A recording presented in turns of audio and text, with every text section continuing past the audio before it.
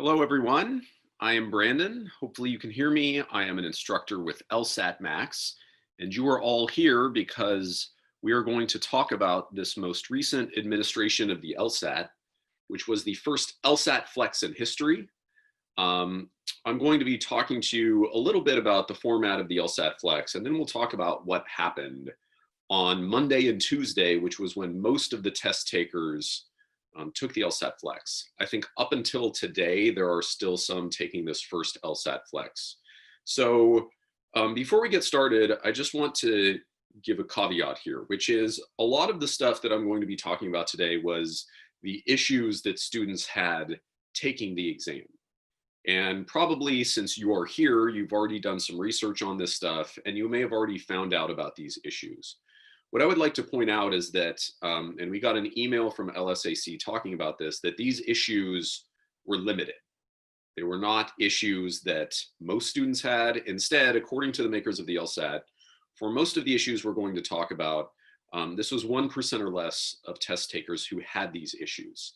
So I know that what we're going to talk about, and probably what you have heard through the rumor grapevine, can be panic-inducing. But I think the takeaway before we talk about any of this stuff is that this stuff didn't happen a whole lot. And it's also stuff that the makers of the LSAT are now very much aware of. And I think they will be trying to at least address these issues before the next LSAT-Flex, which is coming up next month. So there is a question and answer box. And if you would like to type questions into that question and answer box, I will be happy to take your questions at the end of this presentation. And another caveat, I don't have all the answers on the LSAT-Flex because, like I said, it just came out. This was the first time. And so I apologize beforehand if my answer to your question is I don't know, but that may be an answer to a lot of the questions you have, but I'll try to answer to the best of my abilities. So having said that, I'm going to share my screen with you. I've got a little presentation for us to work through. At the end of this presentation, I will talk to you a little bit about how LSATMax can help you with the LSAT and specifically with the LSAT-Flex. So let me share my screen.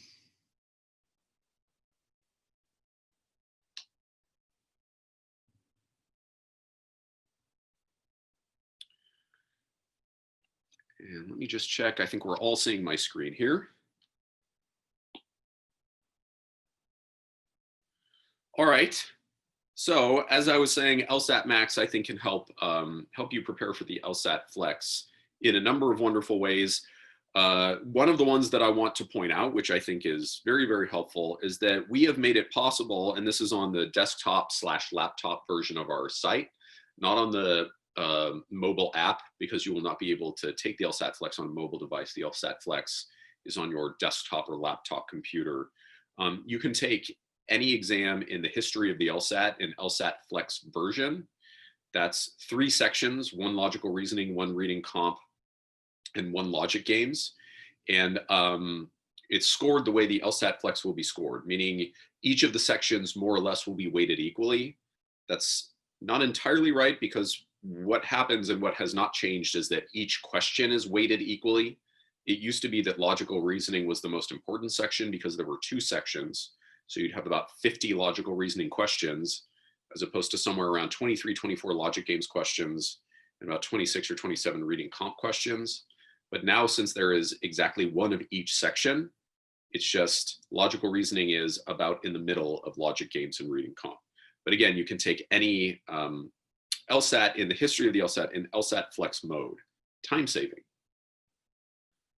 So let me move down here. What is the LSAT-Flex? Some of you are here for information, just the basic information about the LSAT-Flex.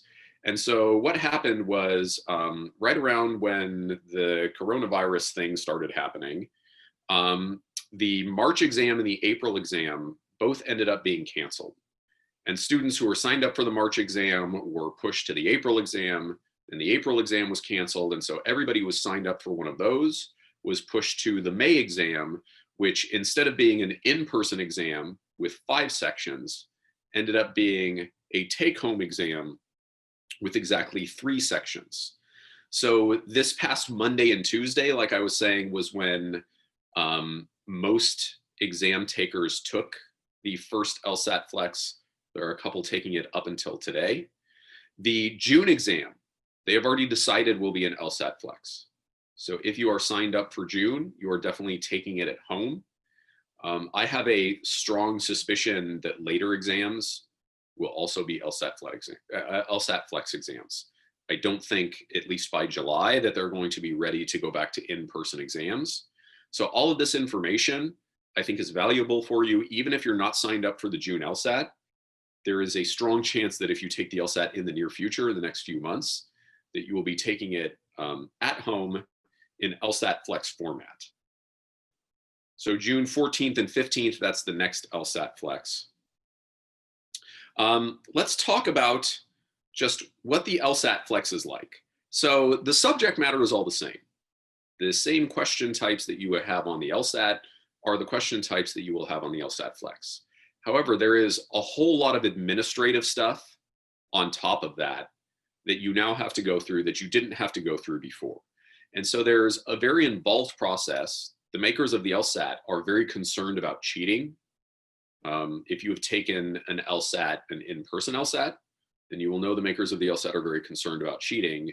And when they can't have a proctor in the room with you watching what you are doing, they have to find another way to do that.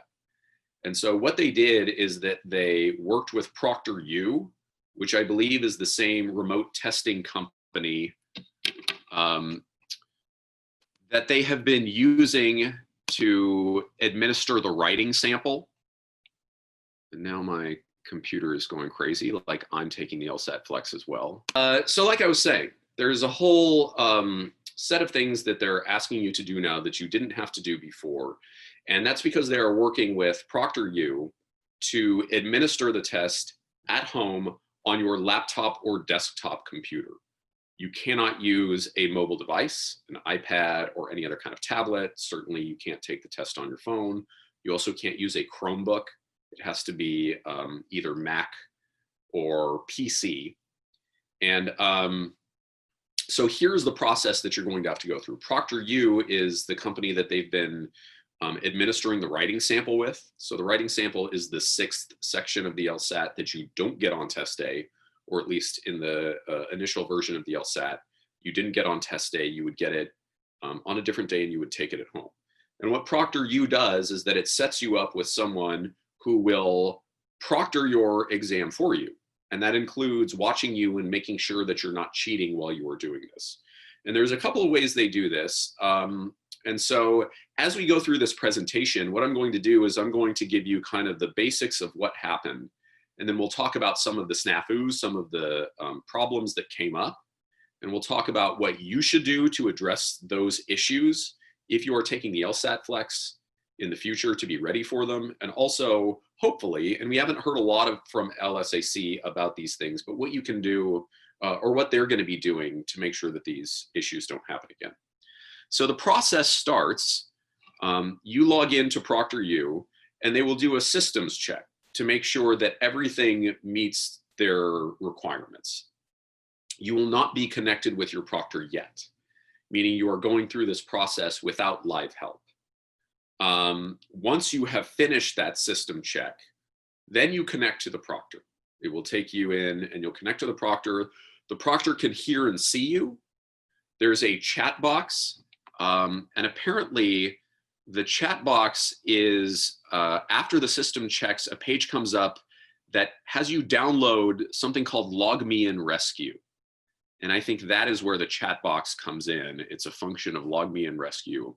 And so you can communicate with the proctor either by talking to the proctor or by chatting with the proctor through this chat box. So the proctor is going to walk you through some stuff to begin with, but at any time during the exam, you can still reach out to your proctor. So we actually interviewed one of our students for our podcast, The Legal Level. You should check it out. This episode is going to drop soon. Her name is Zaina Hatem. And what she said was that the proctor, if you want to talk to the proctor, you can say the proctor's name, which is almost like saying, hey Siri or hey Alexa or whatever it is. And then and only then, I think the proctor will come and interact with you. but your room is supposed to be silent, and it can be a problem if your room is not silent. So once you finish that systems check, you get connected to the proctor, and then the proctor is going to do a room check and an ID check, or at least the proctor is supposed to do a room check and an ID check. And what that means is that they want to see what is in your room to make sure that you are not cheating, by which I mean you don't have any materials that would help you. There's not some LSAT expert standing in the corner handing you the answers. And so they'll ask you to move your webcam around so they can see everything in your room. They will also ask you to check your ID. So you hold up your ID, you show them that it is you. You also have to hold up a mirror to your computer screen to show that there is nothing on your computer screen. They will also allow you to do this with your phone. If you just open up your camera app, you can see, you turn flip it around so the camera's facing you and you show them your computer. But once you've done that, they have to see where your phone is because you can't have your phone out. And so that's the room check and the ID check. Some people said their proctors were pretty strict. One said to the point of making a student take her earrings out. I don't know how you're going to cheat with earrings. Maybe you get, I don't know, answers from the mothership through your earrings. I don't know. And then the proctor gets access to your computer. And you are going to get more or less locked down so that you are only able to use the functionality that's going to allow you to take the test. So you share your screen with the proctor. They can remote into your computer. They can take over your mouse functionality and bring things up. They can check your settings. What's helpful is to the extent that they know what they're doing, they can help you fix your tech problems because they're controlling your computer and not you. Let me make sure I said the things I wanted to say about that to begin with. All right. And then you're taken to Law Hub. So Law Hub is where you actually take the test. It looks a lot like the interface of the regular tablet-based LSAT.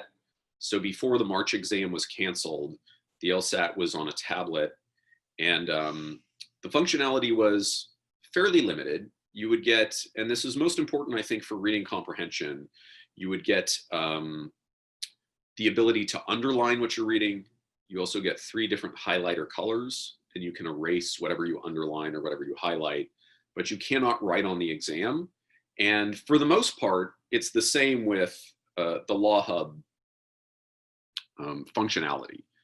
The one difference, and I think we'll talk about this in a second. Let me just come down here. Oh, here it is. This is what the Law Hub format looks like. And if you have taken a practice exam in the LSATMax universe, especially if you've taken it on an iPad, if you've taken it with the app, you have most of this functionality. You have a timer, you have those highlighters. The big difference, and what I think a lot of test takers were not terribly happy about, is that you don't get line numbers for reading comprehension. So if you've been tracking things, writing things down, taking notes in terms of where it appears in line numbers, you may want to change that before you take the LSAT-Flex, because you will not have line numbers anymore. Really, in terms of functionality, that's the only big difference. It's pretty much the same for everything else. The problems with the test, let me come to this in a second. One of the big ones with that test format, the takeaway is that for the most part, it's exactly the same. The highlighter didn't seem to work for some people. So, and again, I think this was a very uncommon thing to happen. Most people, the highlighter worked fine. But for a few people, the highlighter did not work. And so we'll talk about if you had issues on your exam, what to do since you had those issues. But that was one of the main issues that people had. So that's the format. And like I said, this stuff didn't happen to most people, probably will not happen to you. So let's talk about the test difficulty.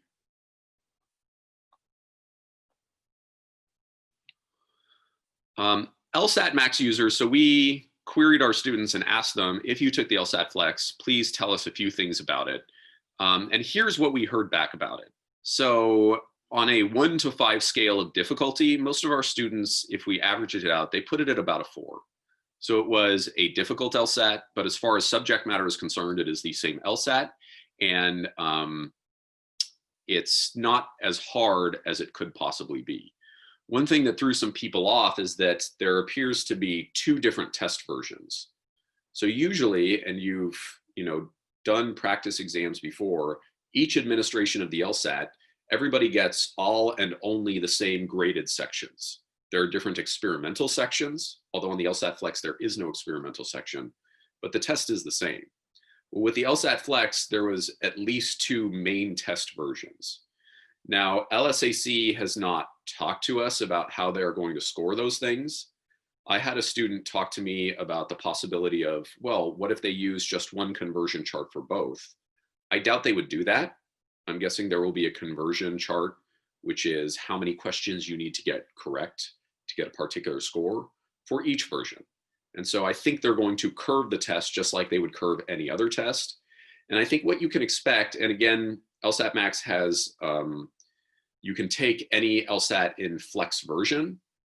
I think about the same percentage of questions that would get you a particular score on a regular LSAT.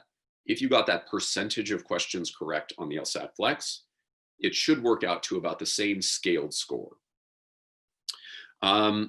Here is the feedback that we got on the section difficulty. So most students thought that the logical reasoning was about normal difficulty for both of those logical reasoning sections. So again, each version had just one logical reasoning section. So if there were 2 main test versions, then there were 2 different logical reasoning sections. But for the most part, the reports we got back were that logical reasoning was about average, not too hard, not too easy. The others, logic games, reading comp, that shifted between the 2 tests. So for one test version, it seemed to be that logic games was the easiest section and reading comp was the hardest section. And on the other one, it was reversed. Logic games was the hardest section and reading comp was the easiest section. So if you have your own strengths and weaknesses, obviously one of those might be better for you than the other. But what's great about that is that you don't really get a choice. And so that's what we heard about it. So let's talk about the problems with testing. There were a number of different problems.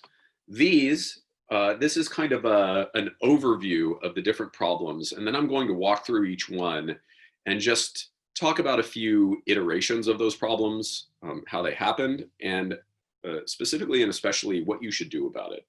So a lot of people had wait time issues. They waited a lot longer to get started on the test than they thought they were going to. There were issues with the room and ID check. There were, not surprisingly, the first time that we're rolling out the LSAT on as a home-based test, and I think about 10,000 people took the exam, there were tech issues. There were, and these are the ones that people complained about the most, Proctor issues. So working with ProctorU, ProctorU has seen a giant increase in business outside of the LSAT because a lot of exams, not just the LSAT that used to be done in person, are now done online. And so I think ProctorU has kind of struggled to keep up with all of the stuff coming at them. There was a scratch paper issue, which more or less was a Proctor issue, and then some issues about what happened at the end of the test. So let's talk about each one. The first one, some takers reported delays ranging from a few minutes to hours to connect to a proctor. And so like I was talking about, what happens is you log in, you do your systems check. Once your systems check is done, you're supposed to be connected with your proctor. What we heard from most students is that it did not take that long, between 1 and 15 minutes to get connected with their proctor, which I think is not a problem. Some waited half an hour, 2 hours, even longer. This may have been a function of the fact that some students got nervous as they waited too long and exited, and then started the process again. And so I think what happens is that the clock starts ticking all over again. Because what I think is going on is that they are, you're waiting for the next available proctor. And so I think you get kicked back to the end of the line. If you're waiting for a proctor, you log out and then you log back in. It can be frustrating, and especially since there's nobody to talk to, it can be very worrisome that you're not getting to the proctor very quickly, but the proctor should be coming. So I would definitely recommend not logging out if you don't have to, because your proctor should be coming. Oh, one more thing. Most of the issues happened on the Monday exam. So the exam was mostly Monday and Tuesday, and most of these issues happened on Monday, and I think they had even ironed out some of the kinks by Tuesday, although some Tuesday students still had issues. So the biggest problem here is that obviously you want to be in a good headspace when you take the exam. And so if you're waiting and waiting and waiting and you don't know what's happening and you start to get nervous, that can be a difficult issue. So what do you do? So here, I forgot. Here's LSAC's explanation. And this explanation might account for some of it. They claim that it was due to test takers spending longer than expected to review the integrity statement at the beginning of the test. I'm not entirely sure how that would translate to somebody just waiting for their proctor to show up, but that is their explanation. So what you should do for the next test is to expect that this is going to last all day. I think what is also very helpful is to get an earlier test time rather than a later test time, because the earlier you are, the earlier you are in the line to get a proctor. So yeah, you don't want to take the exam at 8 a.m. I understand that, but that might be better to get the earlier time than to wait and to have to just wait until a proctor is done, especially if some of the other exams are not going as well. So block out several hours, assume that it's going to take all day. Yes, you can party at the end of it, but you don't know when the end of it is going to be. So like I said, once you get into the interface with your proctor, then you have this room check and ID check. Let me just get past through this stuff. So the problem with the room check and the ID check was not so much that it was bad or faulty, as that some proctors, and again, I think a lot of these issues come from hiring a bunch of proctors and not having the time, or at least not using the time to train them well enough, which is that the proctors didn't do what they were supposed to do. So you're supposed to have a room check and an ID check. And obviously, you know, for you, who cares if you have the room check or the ID check? You just want to take the test. But what students are very worried about is, if my proctor doesn't do my room check and my ID check, does my exam get flagged as having irregularities, which can happen when LSAC sends your score out to schools?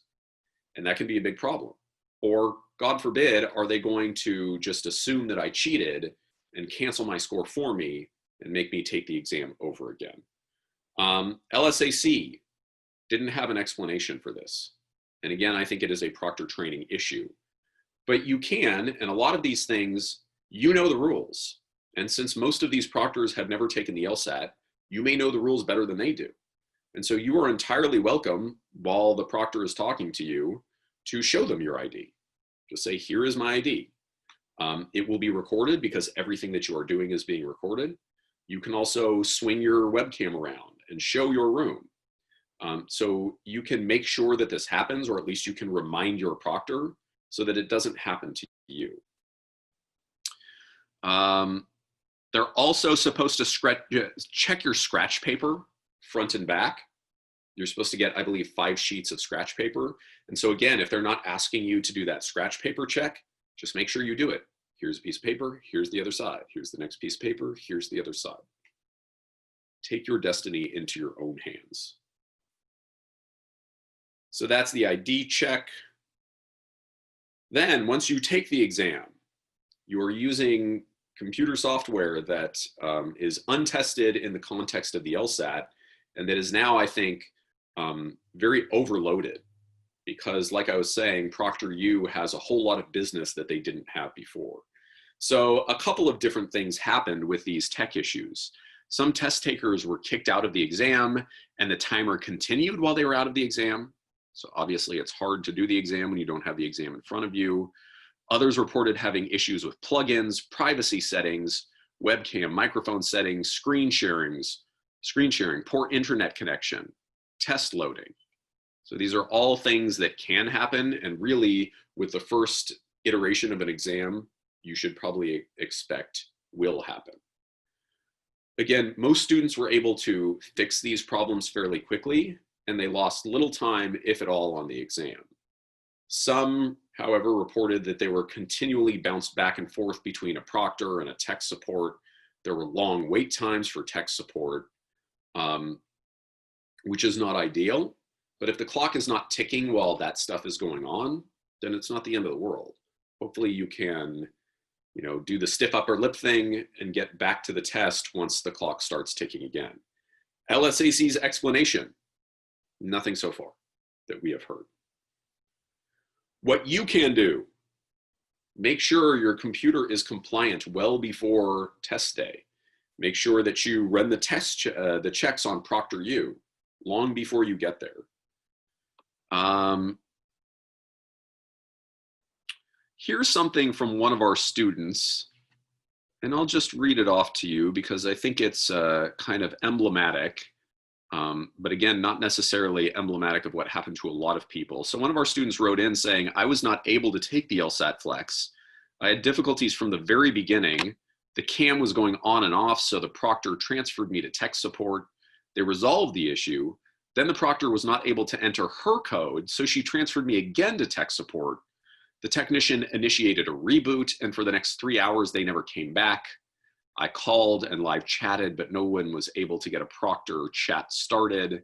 And I finally spoke to a representative, and he said there were no proctors available. My exam started at 12:40 p.m., and the whole ordeal lasted until 4:30. Yuck. Thanks, LSAT. There were other experiences that we heard, and you've probably heard about some of these on the web. So sometimes a proctor couldn't hear a student through the webcam and through the microphone. And again, who knows, that might have been the student not having done the check properly. But the issues mostly got resolved. All right. Let's talk about the next issue. Human error. Behind many of the world's great failures are people who do not know what they're supposed to be doing and are trying to do the job anyway. So proctors. ProctorU had to hire a whole bunch of people, most of whom had no idea what the LSAT is, in order to proctor these exams. A couple of different problems with proctors. There were reports that proctors were being switched mid-exam. One of the things that people were really upset about, and I definitely understand this, was that the proctors were talking or making noises on their end, or that the proctors were chatting unnecessarily in the chat box during the exam. So what happens when that happens? Well, it's really hard to do hardcore logic when you have a distracting proctor talking to you in your ear. Again, LSAC doesn't have an explanation of this. It's something they can blame on ProctorU. That's what's nice about having vendors do things for you. You can say, well, we told them to do it right, and then they did not do it right.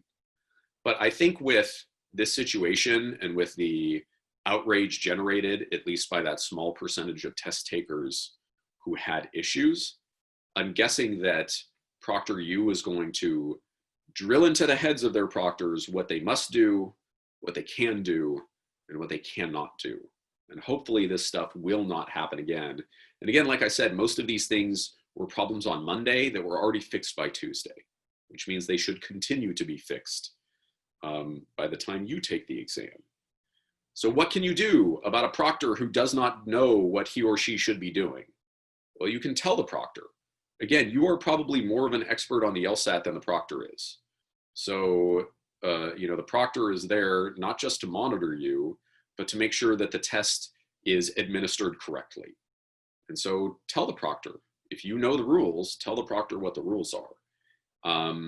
I know some students told the proctors what the rules were, and that was very helpful for them. So let's see, I've got a couple of anecdotes here that I can relate to you from our students. Apparently there was one student that we heard from who right in the middle of the test just asked the student, "Are you done?" And the student jumped out of her chair because it had been completely silent, and it took her a while to refocus. She lost a few minutes trying to get her head back in the game. She seemed to think it sucked, but it was also funny in hindsight. Things that are funny in hindsight are not that great, but at least they're funny in hindsight.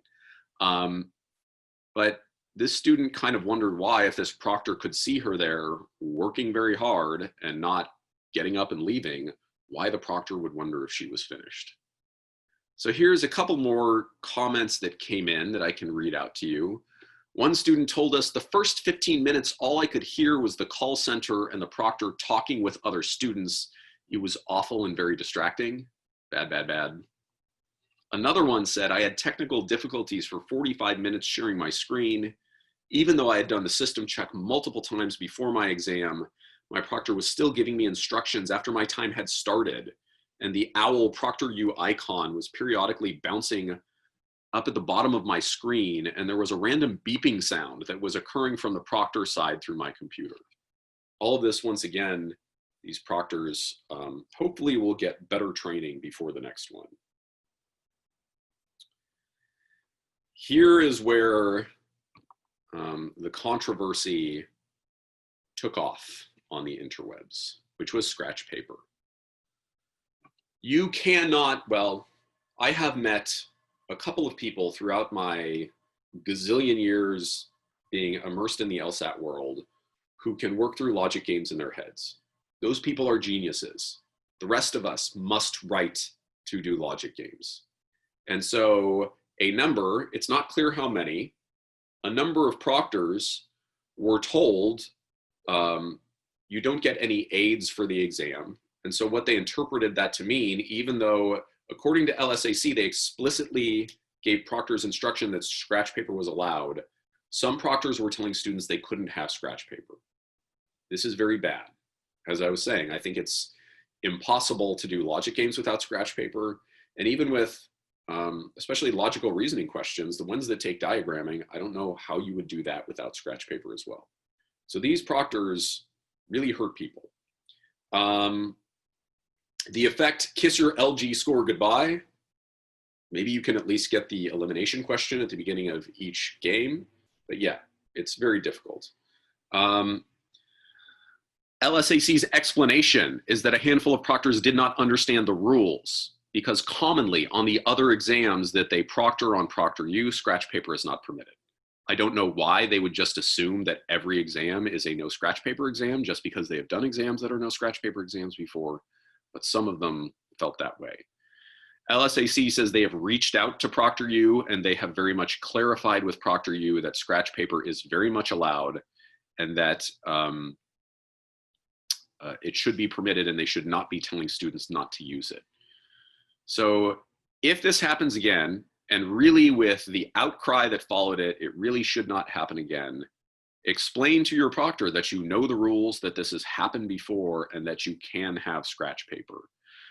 You can also offer to go to the portion of the LSAC website, and you might want to just have that link down and ready to go to show them that scratch paper is indeed allowed.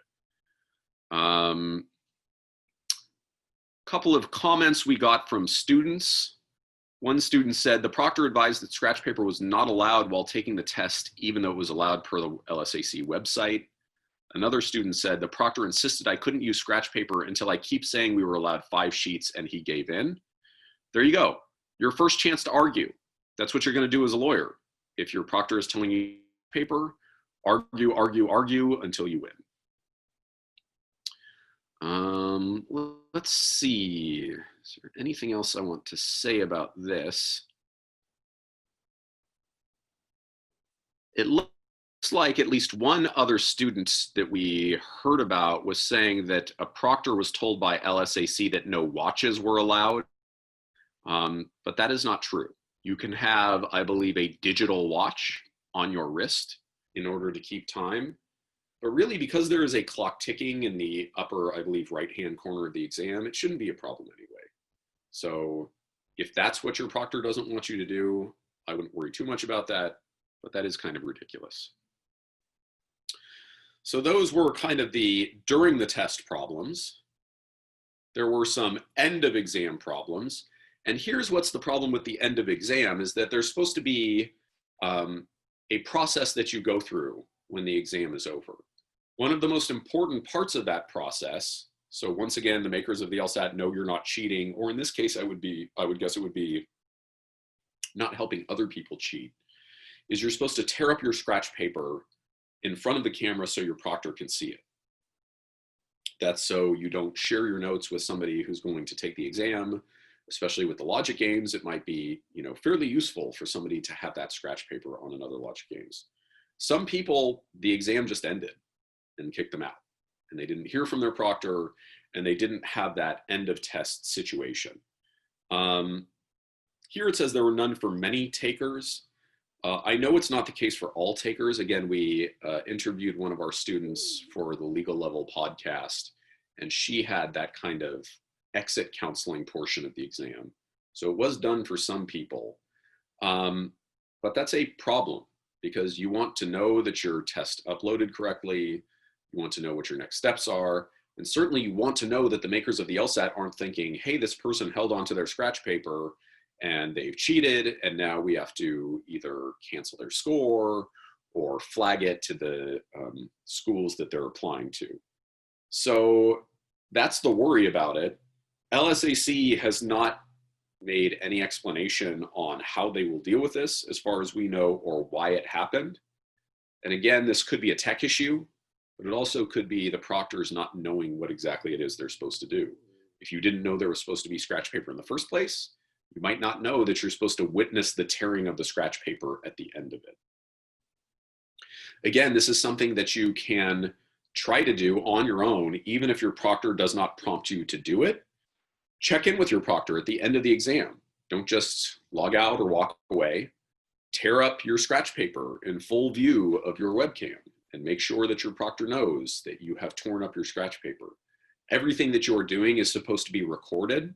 They've also said that they're going to subject those recordings to review by artificial intelligence later, but there should be a record of the things that you do that can be captured either on your webcam or on your microphone. And so because you're supposed to tear up your scratch paper, even if your proctor doesn't ask you to do it yourself. Make sure it is in full view of the webcam. All right. Let's see what we got here.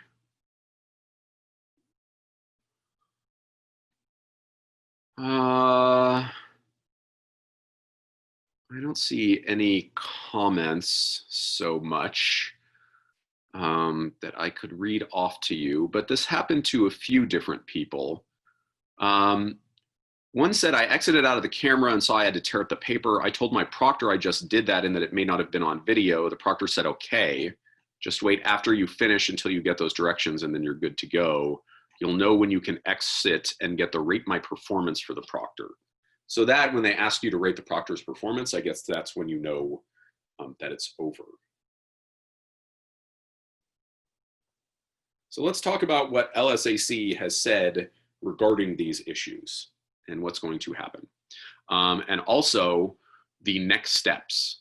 So LSAC's response to the issues is for most of the things that are within their control to fix, they're going to do their best to fix them. Again, a lot of this is a staffing issue with ProctorU.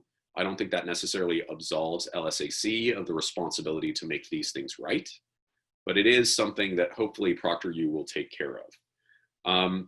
With test takers who had their problems, they're working with them individually. That is very vague. So, and if you are one of those test takers that the makers of the LSAT are working with you, we would very much like to hear from you. And so reach out. You can leave your email with us in the chat box here. But if LSAC is working with you, we would like to hear what they're doing. They have sent out a survey for students who took the LSAT-Flex, and you should definitely fill out the survey. I'm not entirely sure what is on it. I don't think we've seen the survey itself, but anything that you had a complaint about, feel free to make it known to them and that you think the LSAT-Flex should be changed in a particular way. There is also a change.org petition going around. And what that change.org petition is asking LSAC to do is to allow students to see their scores before they decide whether to cancel. LSAC has done this exactly once in the history of the LSAT. For the most part, when you take the LSAT, you can cancel your score, but you have to do it before your score is released. And so you don't know. I mean, you may know if you bombed the exam, but you don't know how you did before you are able to cancel your score, which sucks. There was one time, which was when, and I think this was just last year in 2019, they made the shift from a paper and pencil exam to the tablet-based exam. That was, I think, the July 2019 LSAT, I think. Or no, maybe it was June. Either way, it doesn't matter.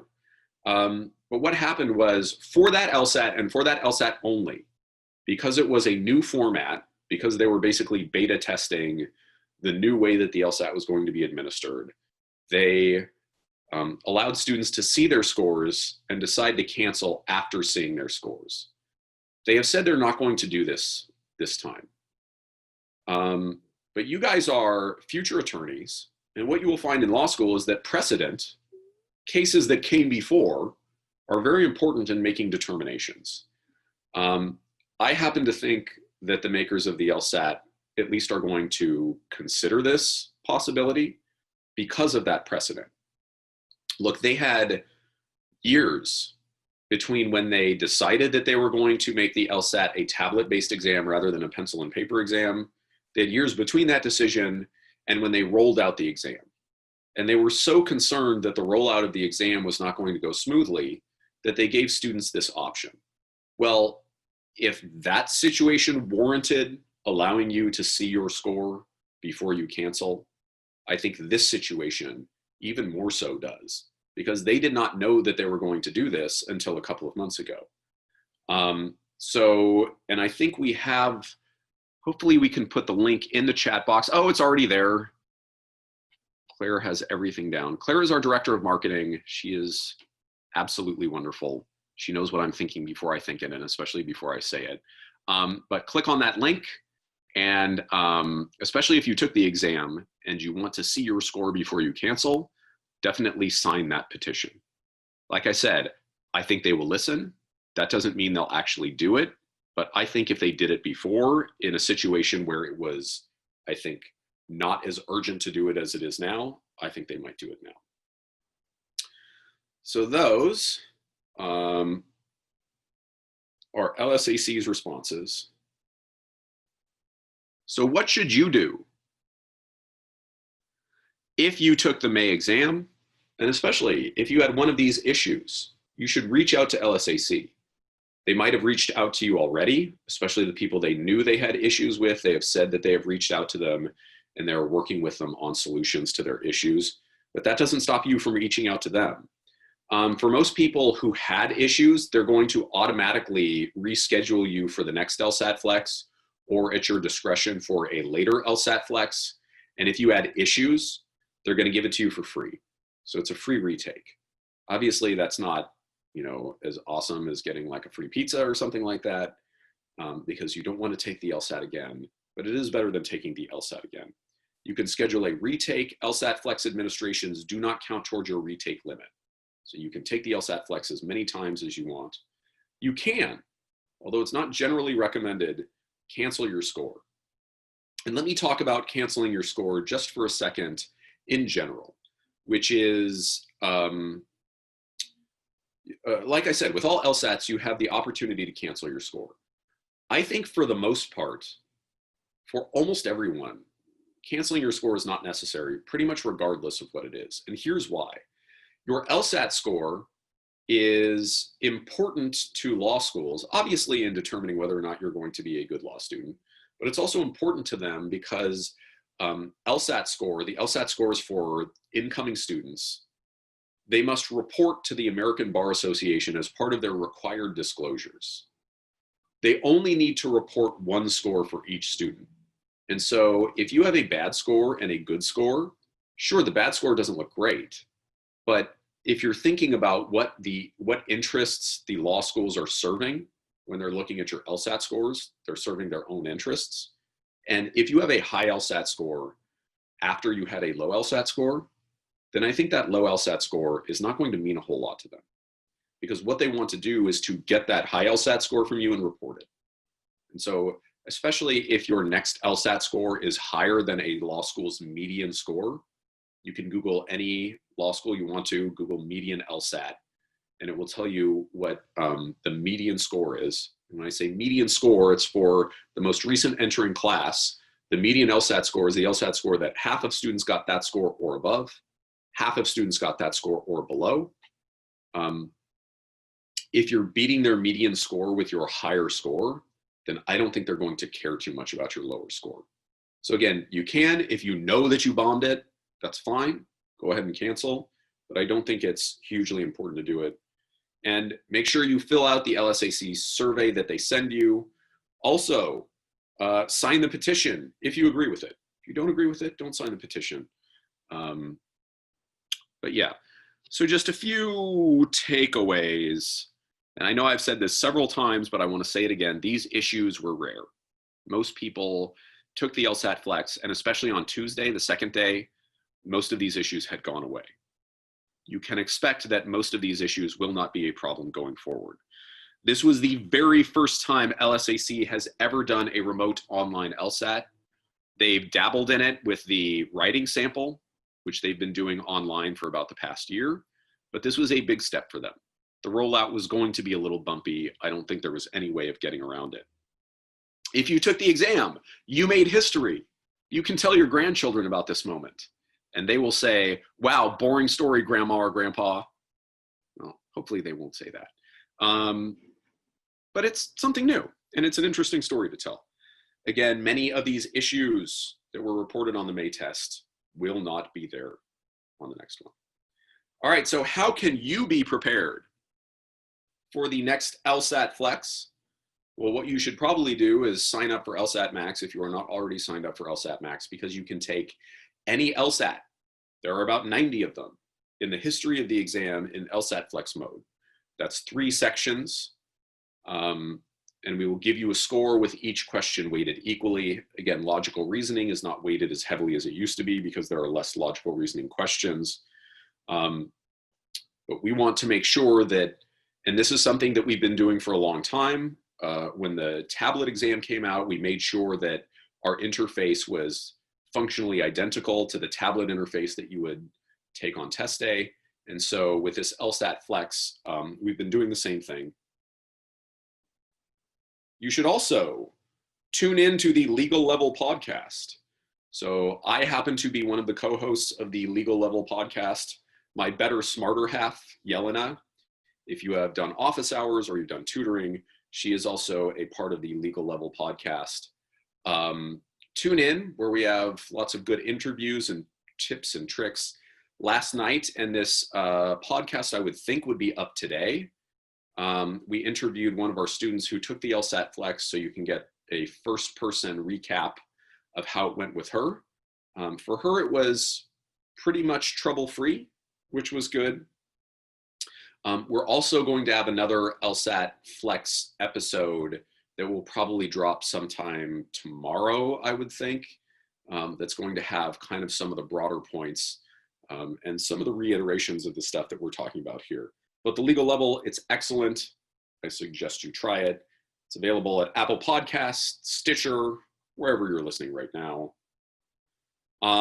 So for those of you who are not already in an LSATMax course, let me just tell you a little bit about what we offer. We have several different packages. If you get either of the 2 bigger packages, you're going to have access to all 90 prep tests in the history of the exam, which is very important. Like I said, all LSATs can now be taken in LSAT-Flex mode, which is very helpful. But I just want to point out a couple of things. Now that you're studying at home, what you may have noticed is that studying for the LSAT by yourself is very difficult. LSATMax is a community of people taking the LSAT. And I think we stand apart from the competition in a couple of different very important ways. And let me just point them out to you. So once you sign up, you have instant lifetime access. Studying for the LSAT is not something that you can do in a week. Instead, when you sign up for LSATMax, you're going to tell us which LSAT you're preparing for. We're going to give you a calendar. And that calendar will start about 4 months out from the exam, because we believe that it's going to take you that long, probably, depending upon how many hours you're putting in a day to study for the LSAT. Anybody who tells you, hey, here's the price for 1 month of our service, is not telling you what is the price to study for the LSAT. So if you're working through that schedule, you're going to be working through the course. It's over 100 hours of lesson videos, covers everything you could ever need to know about the LSAT. And you're going to be working through that course at the same pace that a bunch of other people are working through the course. There are real-time message boards on each of the questions where you can ask a question about the question and an instructor will answer. Students are often talking to each other on the message boards about the questions. We have weekly office hours. At least for a time, we were doing these daily for the coronavirus shelter-in-place orders that everybody was under. And what happens in an office hours is that an instructor, one of our 99th percentile instructors, will lead you through a particular question type or concept on the LSAT. We'll answer your questions and help you through stuff. There's also personalized support. No matter what, reach out to us. We will get back to you. And again, it's lifetime access, so it's not like this stuff goes away. And we will do our best to solve whatever issue it is that you're having, to connect you with somebody who can solve that issue for you. We are also tracking your performance. Whether you're just doing some questions or you're taking a full practice exam, there are detailed analytics. This is very important, especially once you get to the end of the course, because it will help you narrow down your strengths and weaknesses, and so you can study efficiently, knowing what you need to work on and review and what you are a little bit better at. Also, higher score guaranteed. Don't take our word for it. If you take the LSATMax course and you do not do better on an actual administered LSAT than you do on your first diagnostic exam, you will get your money back. We are not here to take people's money. We are here to run an honest business helping people do well on the LSAT. That is our ethos. And I hope it is an ethos that you guys agree with. So that's all of the blabbing at you that I would like to do, but now I will take your questions, and it looks like there are a very good number of them.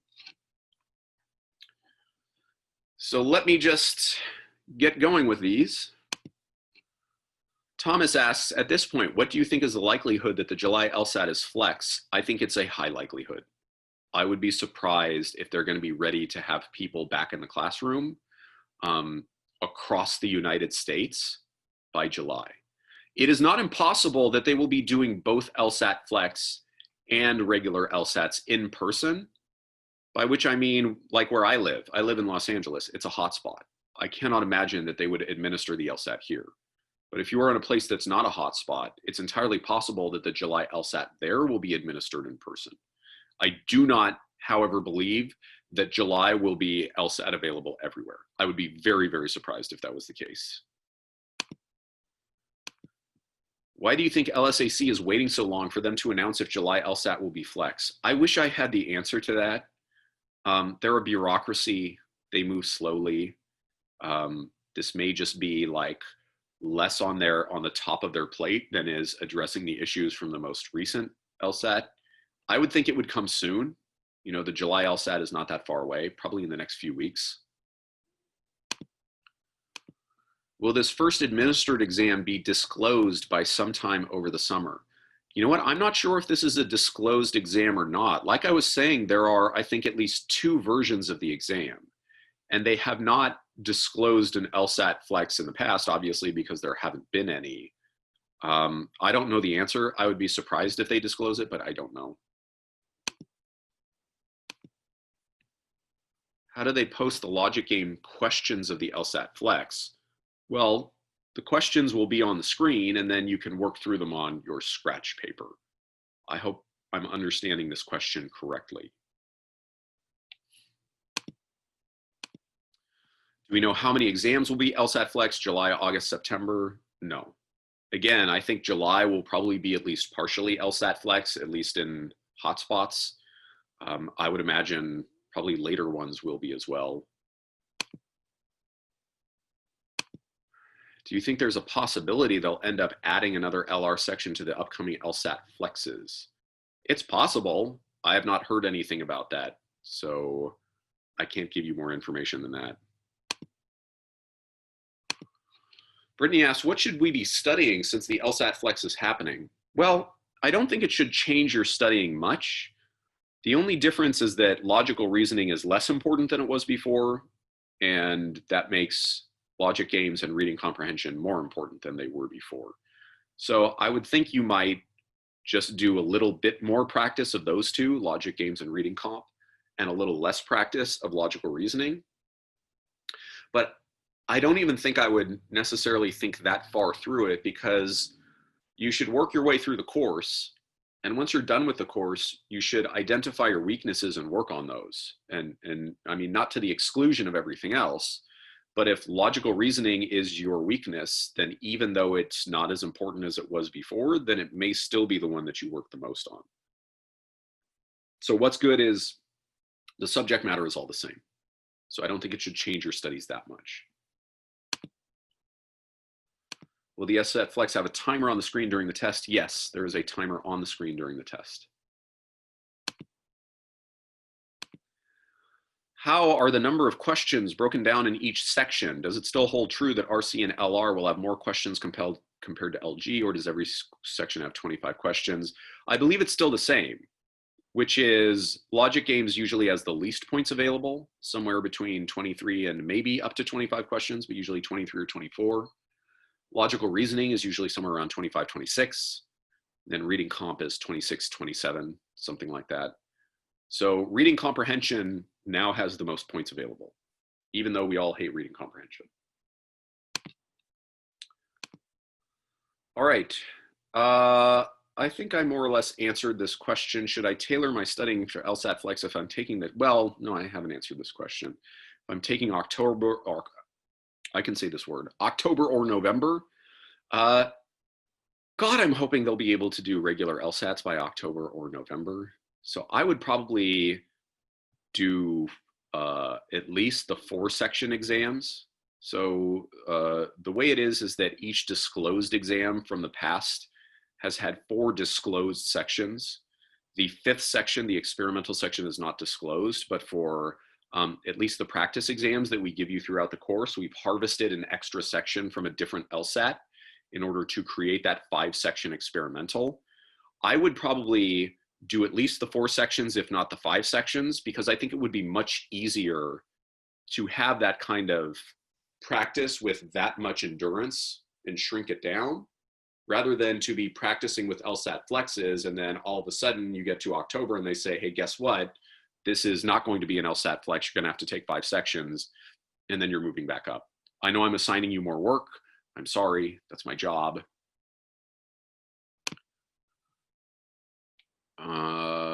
Let's see.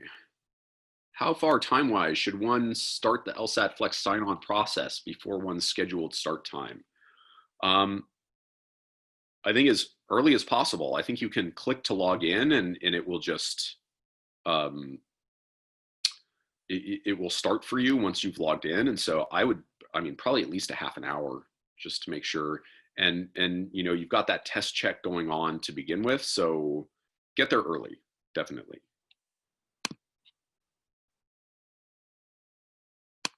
Can you use a built-in webcam, or does it have to be? Yeah, you can use a built-in webcam. That's fine. I'm taking the June LSAT Flex. Are they still allowing scratch paper? Yes. Make sure your proctor knows that you get scratch paper. And if your proctor thinks you don't get scratch paper, your proctor is wrong. Without line numbers, how are localization questions working for when they specify an item with a line? Does it get automatically highlighted? I do not know the answer to that question. What I would guess is that they will not specify line number. They might say something like, why did the author say blah, blah, blah in the third paragraph, which would make it easy to go back and find it in the third paragraph. But I'm guessing they're just not doing specific line reference. Let's see. I think I more or less answered these.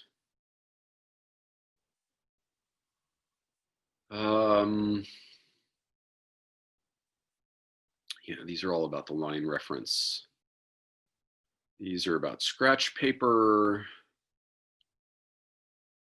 These are more specific line reference questions.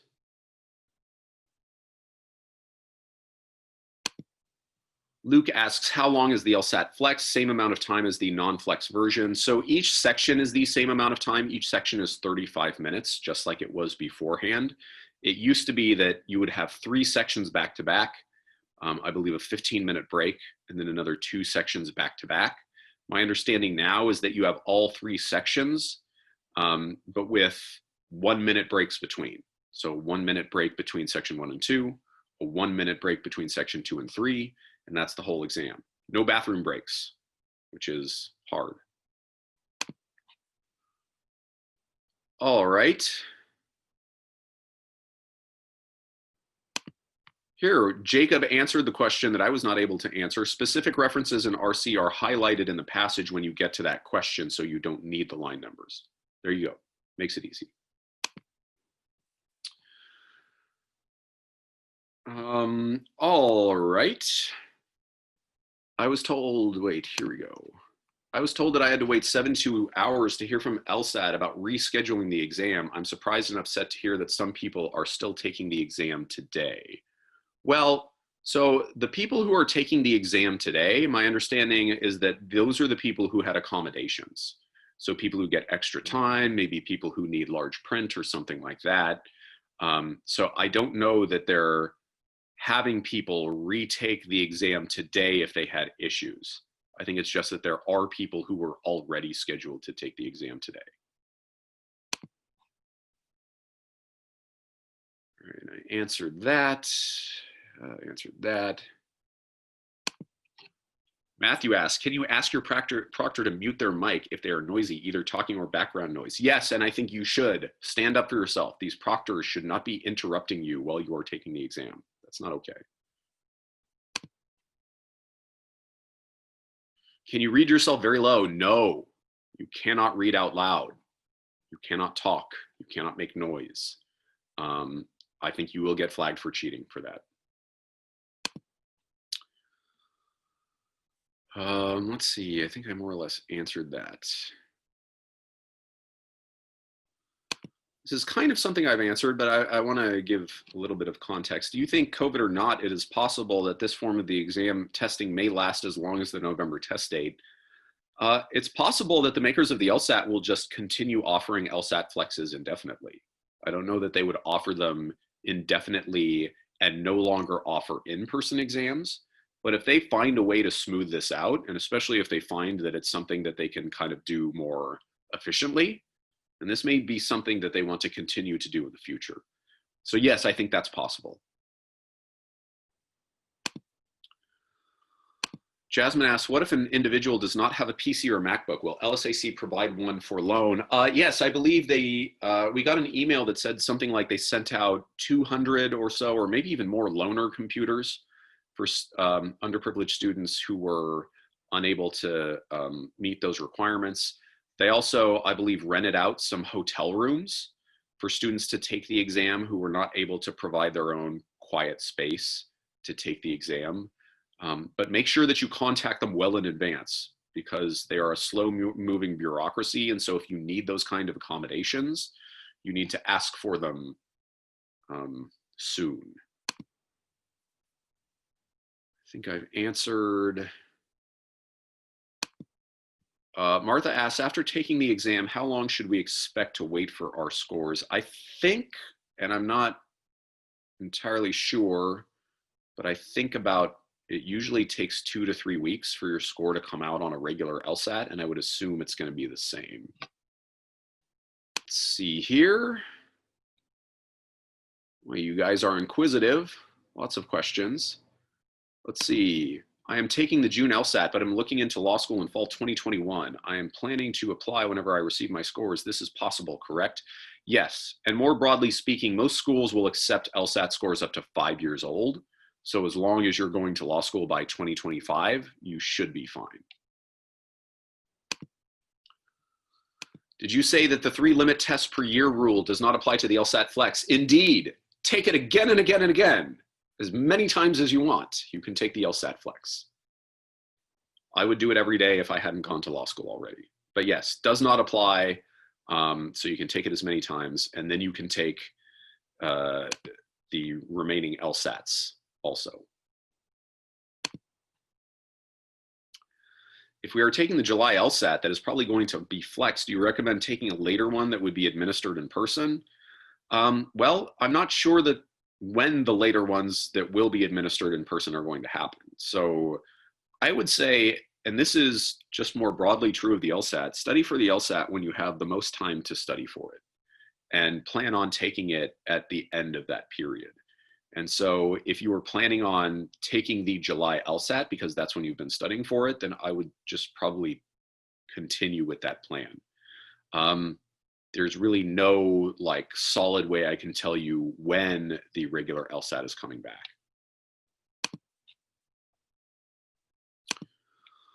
Was the May LSAT Flex harder than other tests? I know that's something most students were worried about. Like I was saying earlier in the presentation, most of our students rated it about a 4 out of a scale of 1 to 5. So it was difficult-esque, but not any worse than you would think.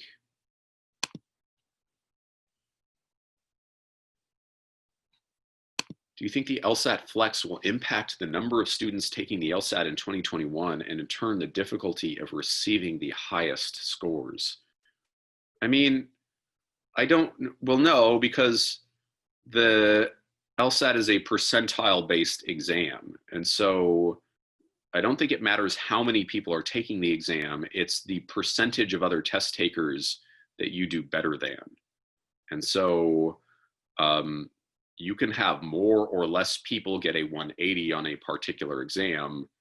But I think that might be thinking a little too much about it. Again, what I would be focused on is when is the right time for me to take the exam, and take it when it's best for you. Do you think law schools will view the LSAT Flex scores differently than normal LSAT scores, especially top schools who take these scores very seriously? Well, LSAC, who obviously, is a little bit biased, has said that they've reached out to schools to ensure that those schools are going to treat the LSAT Flex the same as other LSATs. I happen to think that just more broadly, I don't think schools are going to be punishing people for the things that they had to do during the coronavirus crisis. So if you had to take the LSAT Flex, it's still a hard exam. It's still very difficult to score into the 170s. And so I would not be too worried about schools looking at it and saying, it's a 175, but oh, it's an LSAT Flex, so forget about it. I think they're going to be understanding it. And I would think, and this is just my opinion, I'm not an admissions officer at any school, but I would think they would treat it the same as they treat the other ones. All right. Getting close to the end, sort of. Where are we? Here we go. I don't feel like I did well on the May 19th Flex exam, and I've re-registered for the July exam. Is it advisable for us to cancel scores if we don't think that we've done well and retest in July, especially if schools are looking to admit students in August? Well, if you're applying for this year, the May exam is already a little bit late. And there are probably a lot of schools, again, if you're applying to start this year, that may not take the July exam. A lot of schools have extended their deadlines, and so you can certainly check and see if the July exam is going to be usable. But as I was saying earlier, I think if you're signed up for the July exam, I don't think you really have to cancel. If you just know you did terribly and you don't want anybody to see your score, that's fine. But what you should know is that if that's your only LSAT score and you cancel it, then you don't have a score until you get your next one, which could prevent you outright from going to school. How did students find only using 5 pieces of scratch paper? I tend to use several sheets for logic games and fear that this might be a barrier to taking the test. Let me give you my old man. I used to walk uphill 5 miles in the snow both ways to school story that will hopefully help you feel better about this. It used to be, and this was ages ago, they changed this even when it was a paper and pencil exam. It used to be that you got 1 sheet of paper for a logic game, by which I mean you had this 1 sheet of paper, the setup and the rules were here. The questions took up most of the rest of the page, and all you had was just a little bit of room down at the bottom to create your setup and your scenarios if you wanted to. And so as I was studying for the exam, one of the things that I had to do was to get very good at organizing my information. The fact that you have 5 sheets front and back, in other words, 10 pages to work with, I'm trying to muster sympathy or empathy for this situation, but I am failing to do so. I think it should be enough. And that kind of a more broad something that can be good is just getting good at organizing your information on logic games. It should be neat. It should be hopefully fitting in to where it should go. I'm sorry if that was a snarky answer, but I think that the scratch paper is enough. Does LSATMax have a regular course class time where we all meet with an instructor? No, the lessons are video lessons. Like I said, there are regular office hours. There are also one-on-one tutoring. If you get that, one of the packages comes with 3 hours of one-on-one tutoring. But no, there are not regular course class times.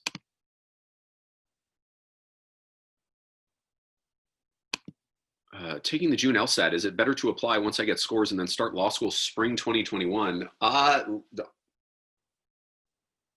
don't know how many law schools allow people to start in the spring. There are some, but they are few and far between. And the reason for that is that 1L, your first year in law school, is very regimented. And you get signed up with a section, they choose all your courses, and you take all the same courses with all the same people. And so you have one set of courses your fall semester, you have another set of courses your spring semester, and most of them will not let you jump in at that point because you're not part of the process anymore. If that's what you're thinking about doing, you should definitely contact the schools you're interested in and make sure that they will allow you to do that.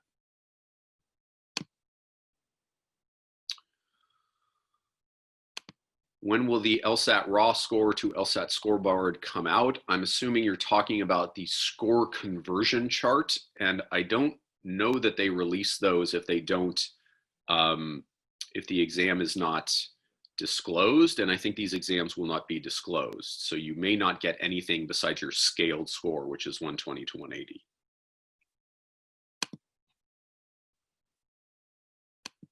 I missed the answer to this question. Is scratch paper supposed to be lined or unlined? I believe it has to be blank, unlined. I'm not sure, but I think it's blank. Answered that. I wish I had the answer to this question. Sandy says, when are the next office hours? They were very helpful. I do not know. We always have them at least once a week. If you're an LSATMax student, you will get a notification in the app. You'll also get an email about it at some point, but I don't know when the next one is coming. All right. So I think, oh wait, here's one more. How many questions did each section on the May LSAT-Flex have, or how many questions were there in total? I do not know the precise answer to that question. What I do know is that the sections were supposed to be structured as they were normally, which means you would have a little less than 25 questions for logic games, about 25 questions for reading comp, and a little more than 25 questions, about 25 questions for logical reasoning, and a little bit more than 25 questions for reading comp, which would average out to about 25 questions per section, which I would think would mean there will be about somewhere around 75 scored questions on the exam. There were at least 2 test forms, two test versions, so they might not have the same number of questions, but about 75 scored questions. All right. So those are the questions that I have been presented. I hope some or all of that was useful for you. And I hope that I will see some or all of you either in office hours or possibly in one-on-one tutoring at some time soon. Regardless, I wish you guys the best of luck studying for the LSAT. I know it's tough right now studying for the LSAT, being stuck at home, but stay strong and stay healthy. And we will all be seeing each other very soon and having regular, normal law school 1L years very soon. So please take care of yourself. Be well.